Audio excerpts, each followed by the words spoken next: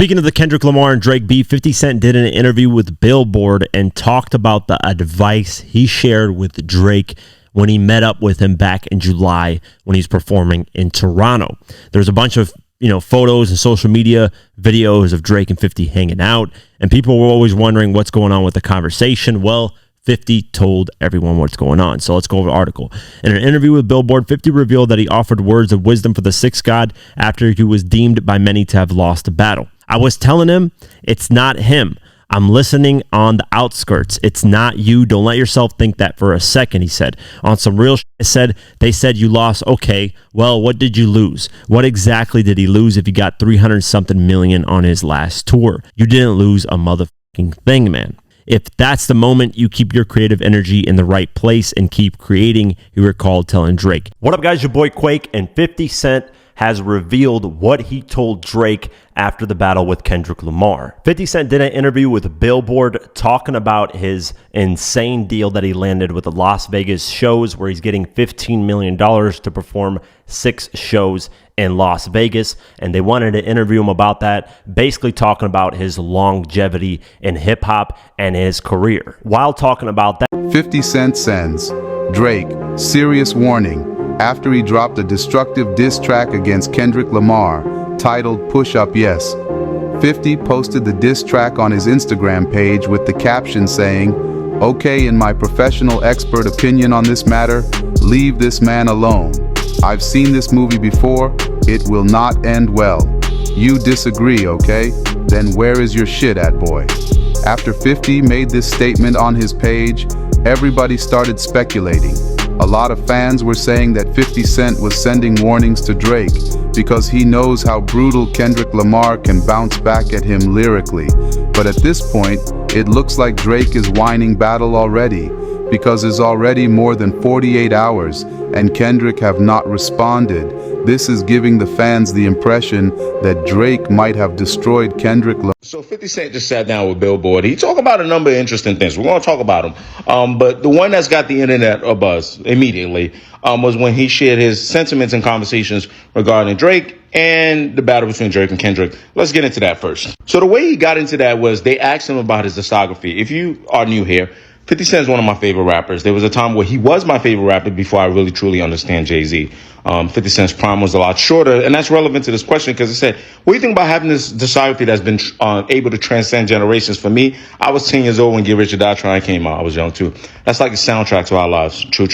So he says it's cool. You usually don't have artists sustain themselves that long in our culture. Hip hop has a low attention span. It's out with the old, in with the new repeatedly, right? And he goes on. The second chance at a first impression.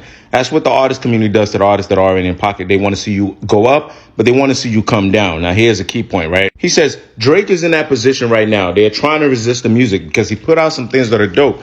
I say a lot of things on social and they get upset because they look and go, I'm automatically supposed to be on Kendrick's side because of my association with Drake. And I love Kendrick, but I'll say to you, I don't see where what Drake did was whack at any point. They're giving Drake the, you whack, you finish. I'm like, nah, come on. That's the system trying to make some sort of resistance. And it's from the consistency. When you win consecutively, that part of the hip hop demographic wants you out of there. I started to feel the resistance for the Curtis album. Very interesting. As a 50 Cent fan, I have to be a little, I have to check myself and like, okay, am I taking what he's saying as fact because I love 50 Cent? Or let me go back to that time.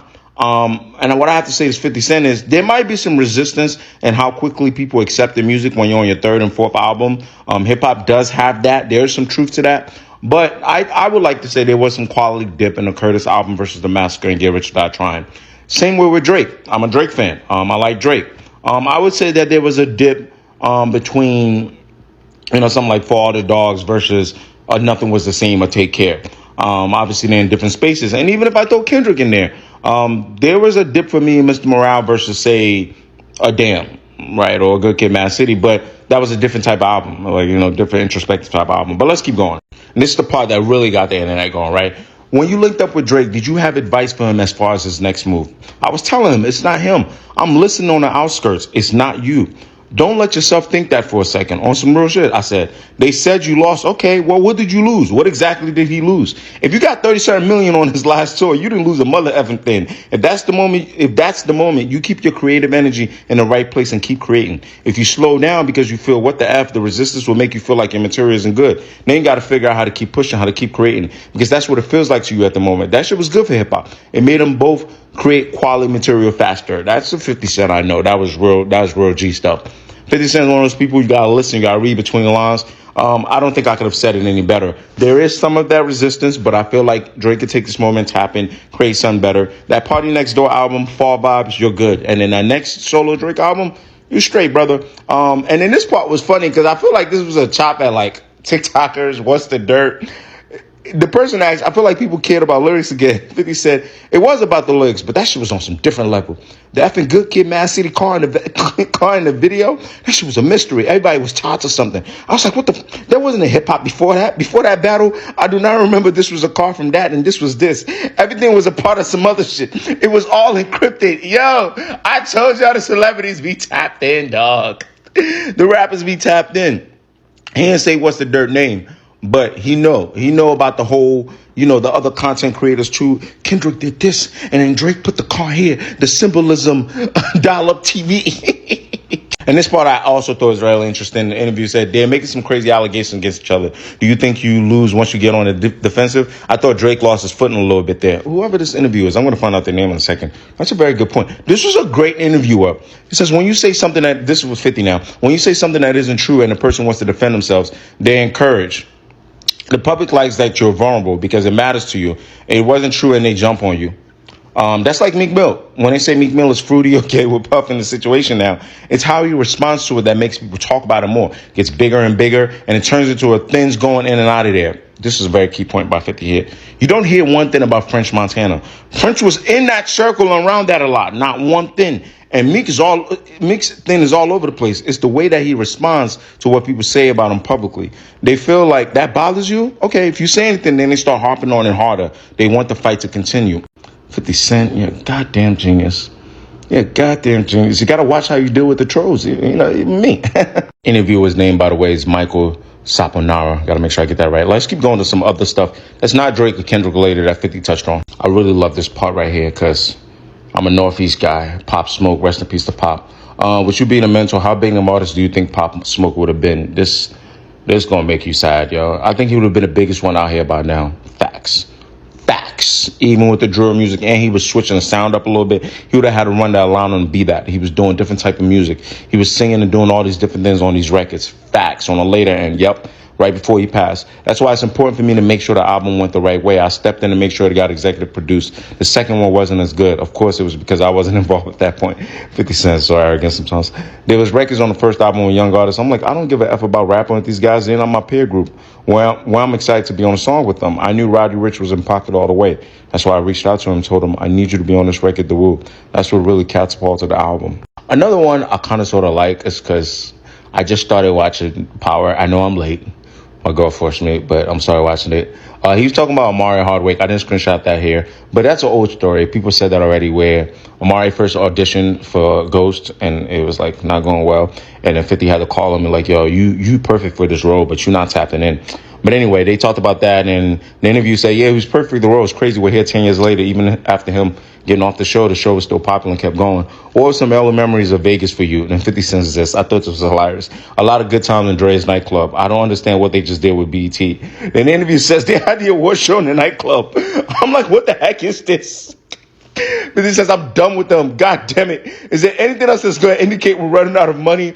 What the fuck is going on at BET, bro? An award show in the nightclub? I can't wait to see what they're doing at Country Music Awards. It's not going to be at Club Dre's. 50 said, that's not nice. And this is, speaking of Dre's nightclub in Vegas, this is how they got into the whole thing. Because 50 Cent is going to be doing a Vegas residency, which is really dope. Congrats to him. Shout out to him. He talked about other older rappers doing that too. I think Nas and someone else. Like, that's pretty dope. Wu-Tang Clan. But anyway, so the interview asked him, we got to talk about the Vegas residency. Congrats on that. Why now? 50 says, yeah, super cool, man. I could do things in a show I couldn't do if it was a moving show, which kind of makes sense. If you're doing a residency, you can tweak little things night to night in the same venues and stuff. But anyway, he says, and I'll change the set list and do different things. Some that I wanted to do that I didn't actually perform on the last run. I'll be integrating those things and creating things to connect to them. I can actually expand it. Don't think there's not a part of this that got me into the film production. I'm able to add that into it. The technology is so different. And he goes on. So it's a really good interview. You want to check it out for yourself. But, yo, ninjas are speaking lately. What's going on? I called it. That he made reference to Drake and how he feels his career coincides a lot with Drake's, because Drake has been at the top dominating for a while, and a lot of people want to see him out of that throne. And the same thing essentially happened to 50 Cent back when he was battling with Kanye West in 2007. And in July of this year, 50 Cent was performing in Toronto and decided to link up with Drake. And there was a lot of videos and photos of them talking to each other. So the Billboard interviewer asked, what was that conversation about? And 50 Cent revealed it in this interview. And throughout the conversation and interview, they basically start the conversation talking about how 50 Cent is still relevant musically and why people still want to see him do shows, because his tour ended up being one of the few hip hop tours that generated over $100 million. He's actually in the top 5 for the best selling hip hop tours of all time, and he hasn't released an album in well over 10 years. So the interviewer asks this question: what do you think about having this discography that's been able to transcend generations? For me, I was 10 years old when Get Rich or Die Trying came out, and that's the soundtrack to our lives. To now, we got careers, jobs, money to spend. You did $100 million on your world tour last year. 50 responded saying, it's cool. You don't usually have artists that sustain themselves this long in our culture. Hip hop has a low attention span, and it's out with the old and in with the new repeatedly. There's even been a point they'll create a resistance for you. You have so much consistency, even when there's not a break in the material, they'll ask about your record and say, that's good, but it's not like his first one. And you don't get a second chance at a first impression. That's what the artist community does to the artists that are already in pocket. They want to see you go up, but they want to see you come down, because if you don't, how am I going to have my chance to go up? Drake is in that position right now. They're trying to resist his music because he put out some things that are dope. I say a lot of things on social media and they get upset because they look and go, oh, I'm automatically supposed to be on Kendrick's side because of my association with Dr. Dre. And I love Kendrick, but I'll say it to you.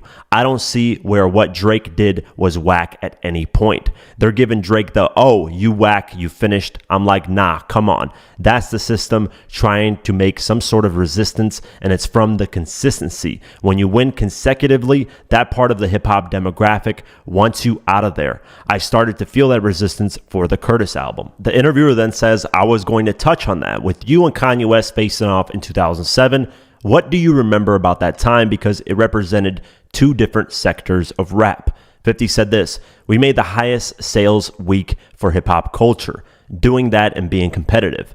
People that were participating as fans were buying more than one copy of it because of the competitive side of it. When you look at it, we had to stand together to face off, but we never had an issue. That was his break album that broke him in. If I was trying to combat that, I would have went on tour with him. I would have had all of the material with the albums that worked ahead of Graduation to draw from while he had that one record. The interviewer then says, that's some art of war shit right there. 50, it represented two sides of rap back in 2007, with 50 being the street dude making hit records and Kanye's representing the high fashion with a different production looking for stadium status. 50 then said, anything that was less aggressive, look at the College Dropout or the themes of his record versus Get Rich or Die Trying, The Massacre, and Curtis. Those albums were a lot more aggressive, but they gave him all the trophies. They would rather hip hop be what he was at that point. He was like, fuck that, Beyonce's supposed to have that. I'm like, yo, they be tweaking,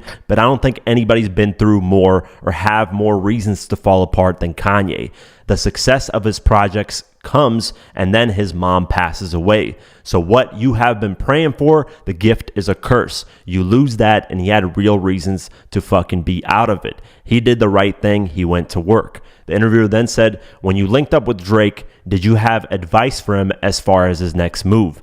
50 said, I was telling him it's not him. I'm listening to the outskirts. It's not you. Don't let yourself think that for a second. On some real shit I said, they said you lost. Okay, well, what did you lose? What exactly did he lose if he got 300 something million on his last tour? You don't lose a motherfucking thing, man. If that's the moment, you keep your creative energy in the right place and keep creating.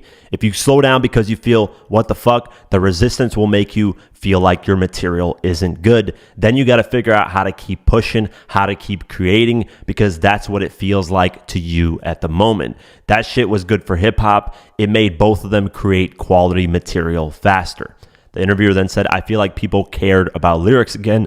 50 said, it's about the lyrics, but that shit was on a different level. The fucking Good Kid, Mad City car in the video, that shit was a mystery. Everything was tied to something. I was like, what the fuck? That wasn't in hip hop before that. Before that battle, I do not remember this was the car from this and this was this. Everything that was part of it was some other shit. It was almost encrypted. The interviewer then said, then they're making some crazy allegations against each other. Do you think you lose once you get on the defensive? I thought Drake lost his footing a little bit there. 50 said this, when you say something that isn't true and the person wants to defend themselves, they encourage the public likes that you're vulnerable because it matters to you that it wasn't true and they jump on you. That's like Meek Mill. When they say Meek is fruity or gay with Puff in the situation now, it's how he responds to it that makes people talk about it more. It gets bigger and bigger, and it turns into one thing going out there. You don't hear one thing about French Montana, and French was in that circle and around a lot of that. Not one thing. And Meek's shit is all over the place. It's like the way they respond to what people say about them publicly, they feel like that bothers you. If you say anything, then they start harping on that harder. They want the fight to continue. And that's it for the interview in terms of 50 talking about the Drake and Kendrick Lamar situation. What do you guys think? In my opinion, I think 50 is wrong in some areas and right in some areas. Yes, basically what 50 said is, listen, people are saying he lost, but Drake is still rich and still generating interest when it comes to his music. And he is, but he isn't impacting like he once was. Just look at the charts. Look at him falling off the Billboard Hot 100 for the first time in years. So that's another example of people showing a lot of resistance. But if Drake continues, I think he'll be perfectly fine. He just got to release one of those hit records that he normally does. I think, though, in my opinion, he should take a break, even though it's bad timing right now because of the, Kendrick Lamar beef. A lot of people will think he took a break and that Kendrick destroyed him, and that's the reason why he took a break. But I've always thought Drake should take a break because, we're just constantly hearing him, and we need some artists to take a break in order to miss them. Because once we stop getting this Drake music, some people will realize, oh, damn, I really miss getting this guy's music. Some people are just simply not fans of Drake, and that's okay. Me personally, I think him taking a break would be a way better situation than him continuing because people have just gotten used to hearing him all the time. But that's my take on it. Let me know what you guys think in the comments below. Also, if you want to know about the 50 Cent and Kanye West battle, I did do a documentary on it where it goes into intricate details about 50 versus Kanye West, what really happened, and how 50's label was against him and Kanye's wasn't. And there's a lot of backstory around that, but I can see how 50 compares the two situations with Drake and Kendrick and 50 and Kanye because a lot of it, there is similarities, but I think for the most part, 50 had a lot of internal label issues as well, and I don't think Drake has that because he got this huge $400 million deal from Universal. So I don't know, but that's a whole different story that we can deep dive into down the line.